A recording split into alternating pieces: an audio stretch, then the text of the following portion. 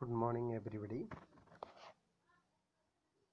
ഇന്നത്തെ ക്ലാസ്സിൽ നമ്മൾ Calicut university second semester common course writing for academic and professional success എന്ന പുസ്തകത്തിൻ്റെ യൂണിറ്റ് 5 ആണ് ചർച്ച ചെയ്യുന്നത്. അതിൻ്റെ ആദ്യ ഭാഗം PPT പ്രസൻറ്റേഷനോട് കൂടിയിട്ടാണ് ഇന്ന് ചർച്ച ചെയ്യുന്നത്. കോമൺ കോഴ്സ് എല്ലാ കോഴ്സുകൾക്കും PSc, BCom, അതേപോലെ തന്നെ BA എല്ലാവർക്കും ഉള്ളതാണ്.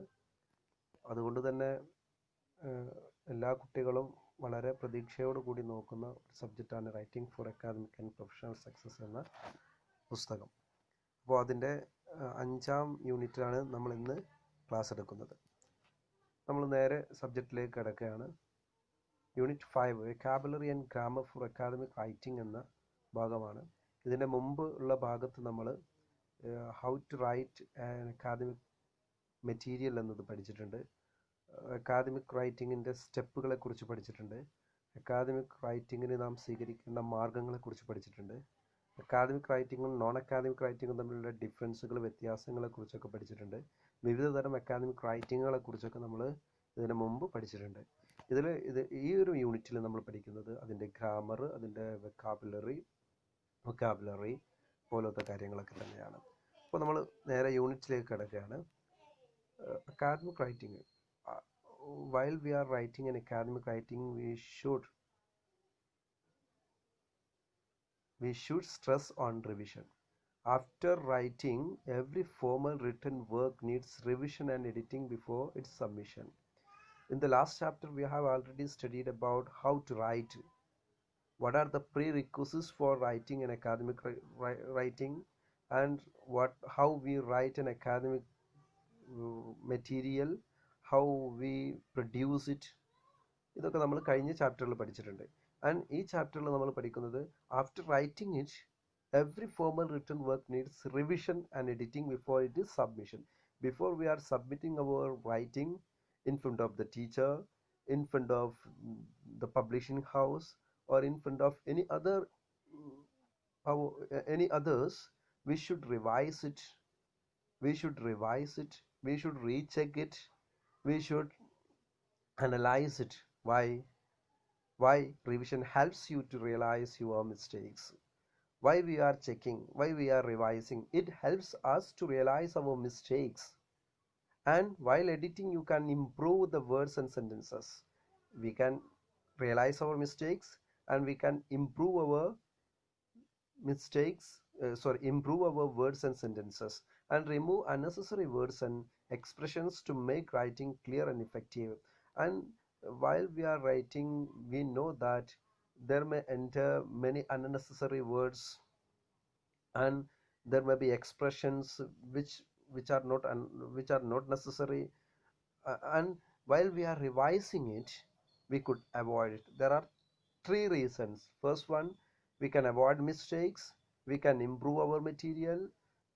Third one, we can avoid unnecessary words and expressions. And next,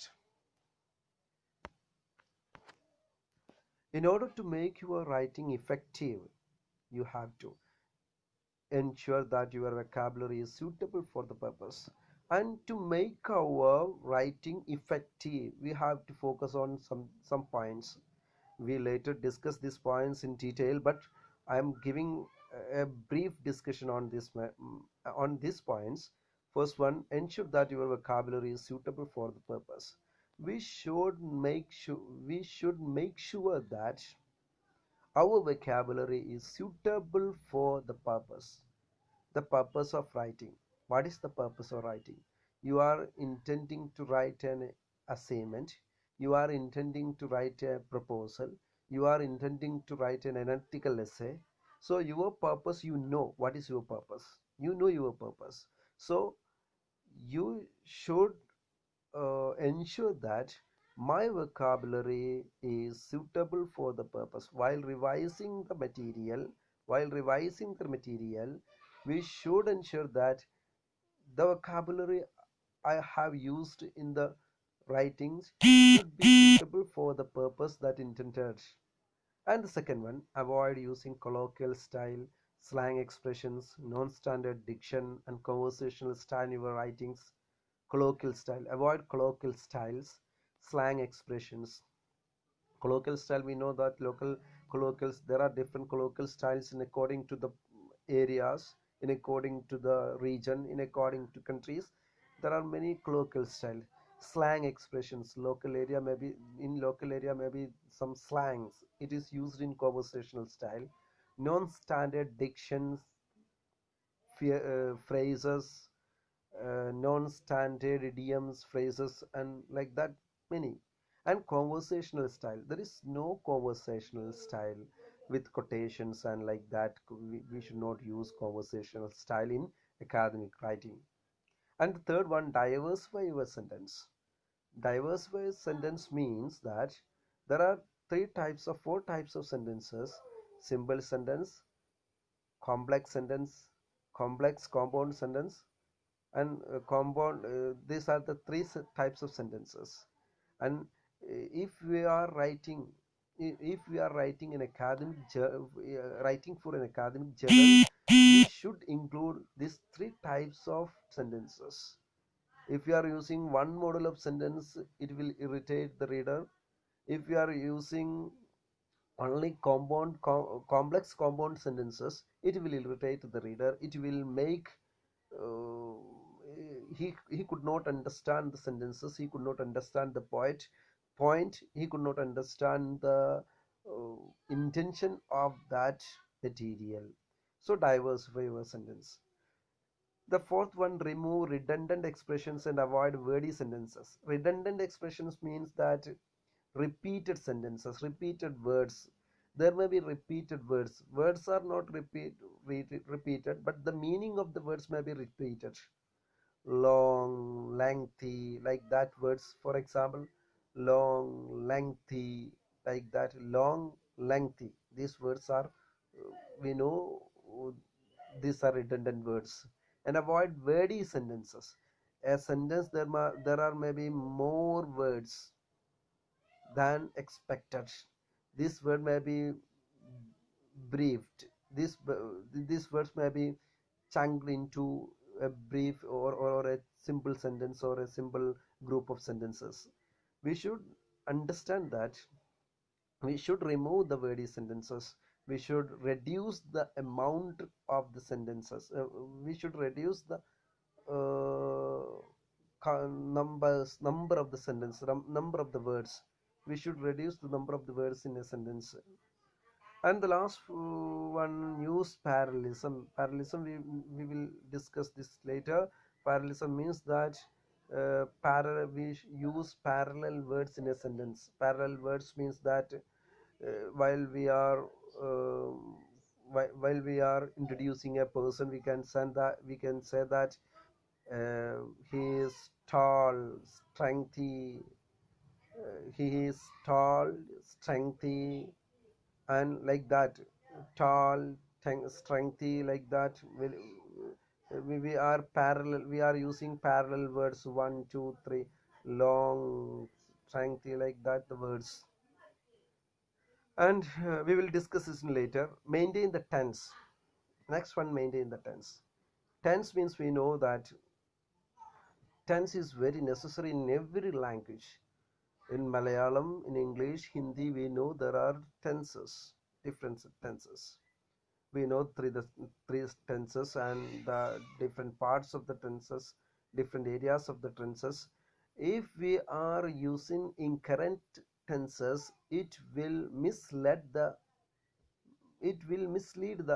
reader. So use correct tense.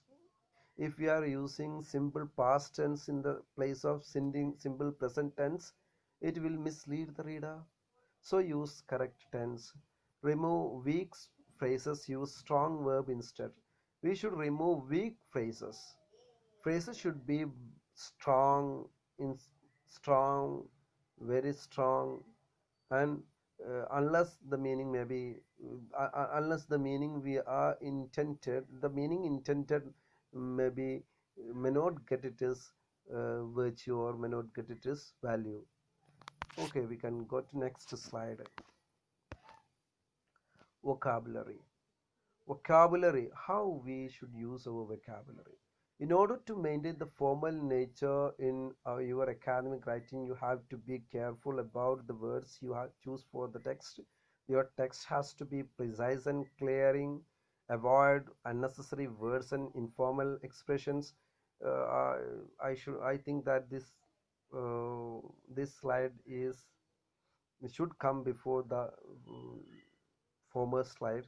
And vocabulary, we know your text has to be precise and clear.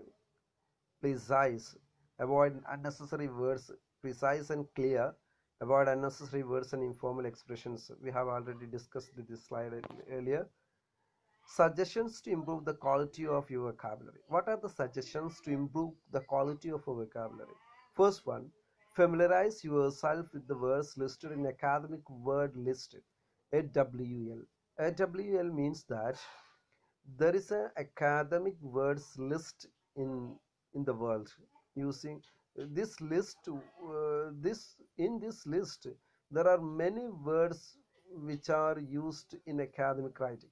It will help you to pick up the right words while you are writing. If we are familiarize this academic words list, we could pick up the right words while we are writing. Avoid informal words and expressions. Another thing, that avoid informal words and expressions. Use discourse markers to link your ideas and to signal transition. Discourse markers, we would discuss this later. What is discourse master? Discourse means a sentence. We can simply say that it is a sentence. And how we mark, how we differentiate, how we transist, how we shift a sentence from other. Use discourse markers to link your ideas and to signal transition. To link your ideas or to signal transition. Link, there may be two ideas, and to link these ideas we can use discourse markers, and also to signal the transition. This is a transition point. Transition point means a changing, the point is changing, so we are using a signal point there. So next one, make your writings less wordy. We already have discussed what is, we should not use wordy sentences. We use less wordy sentence, less words. What is academic word list? The high frequency words in academic works in English language are referred to as academic words list. High frequency words, the words that are used intermittently in academic writing, is known as academic words list. High frequency use, we are using high frequency. ഞാൻ മലയാളത്തിൽ പറയുകയാണെങ്കിൽ high frequency words എന്ന് പറഞ്ഞാൽ ഇടയ്ക്കിടെ ഉപയോഗിച്ചുകൊണ്ടിരിക്കുന്ന academic വർക്ക്സിൽ ഉപയോഗിച്ചുകൊണ്ടിരിക്കുന്ന വാക്കുകൾക്കാണ് നമ്മൾ എന്ത് പറയുക, academic words list എന്ന് പറയാം.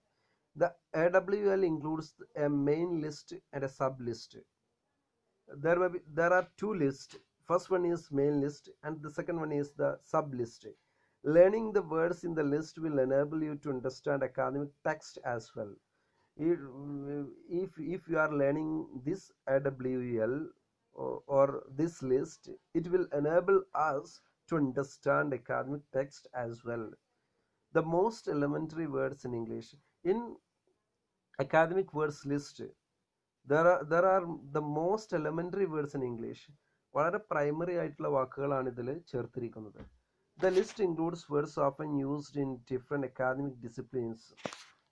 This list includes words often using in different academic disciplines. How there are different academic disciplines. We know that the science writing is different from the scientific writing is different from the writing for the science is different from the writing for humanities. So their jargons are different, their phrases are different, their dictions are different. So the different academic the words for the different academic disciplines are included in this list.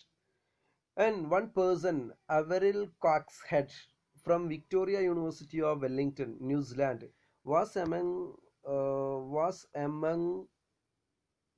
the earliest compilers of AWL. The person Averil Coxhead, the name of the person Averil Coxhead. She was first coordinated, first what she has first created this academic word list after examining papers from different disciplines. She came up with 570 headwords.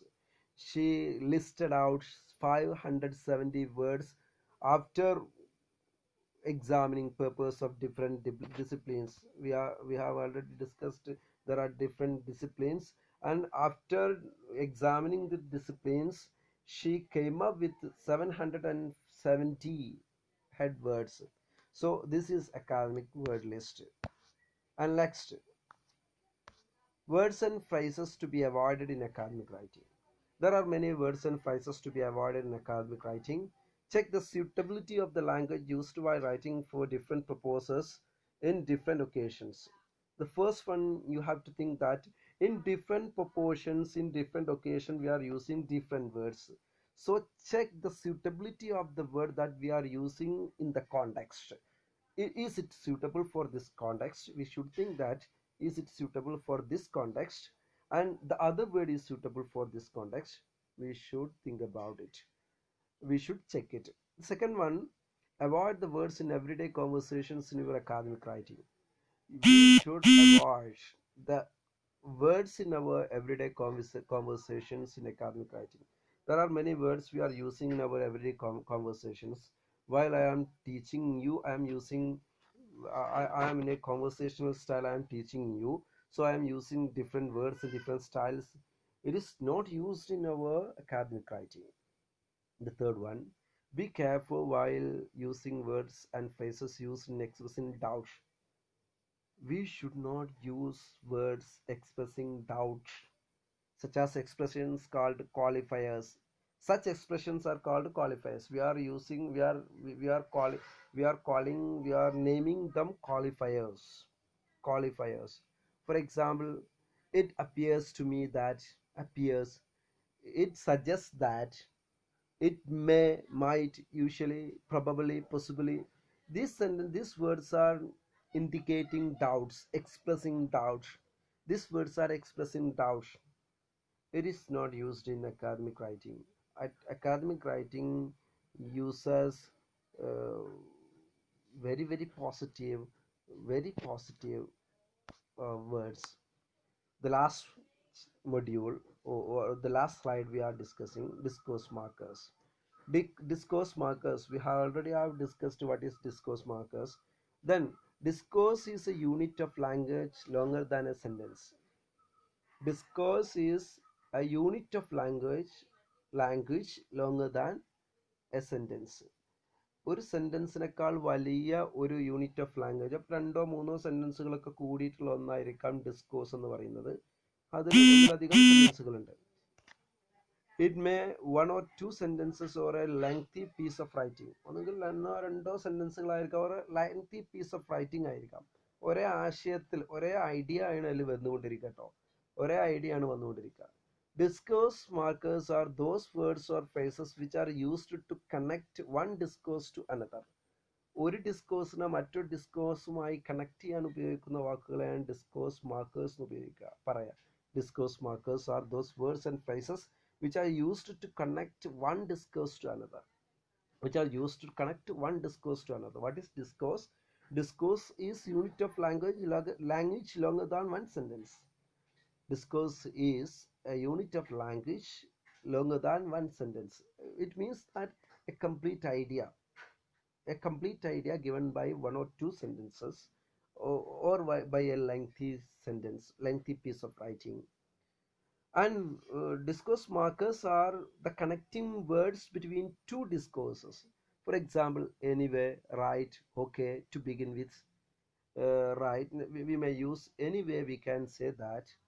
Right, but we can say that. Use them to connect. For what we are using them to connect, organize, and manage the writings or conversation. We are connecting two discourses, we are connecting two ideas, we are connecting two different pieces of thoughts, or to organize. There are different things. diverse things we are discussing. So to organize these things we use discourse markers, and to manage writings and conversations, to manage the writings or conversations we use these discourse markers. Discourse markers connect one discourse to another, we already discussed. They are also called sentence connectors, linking words, linking phrases, and transition signals. These words are also called sentence connectors as they are connecting the sentences, linking words as they are linking different sentences, linking phrases as they are linking phrases, and transition signal. Transition signals means that the sentence is shifting from one point to another point, so it is transition signal. So we can complete today's class. After that we can complete our fifth module. uh, in the next module we are discussing the second part of the fifth unit. So thank you for watching.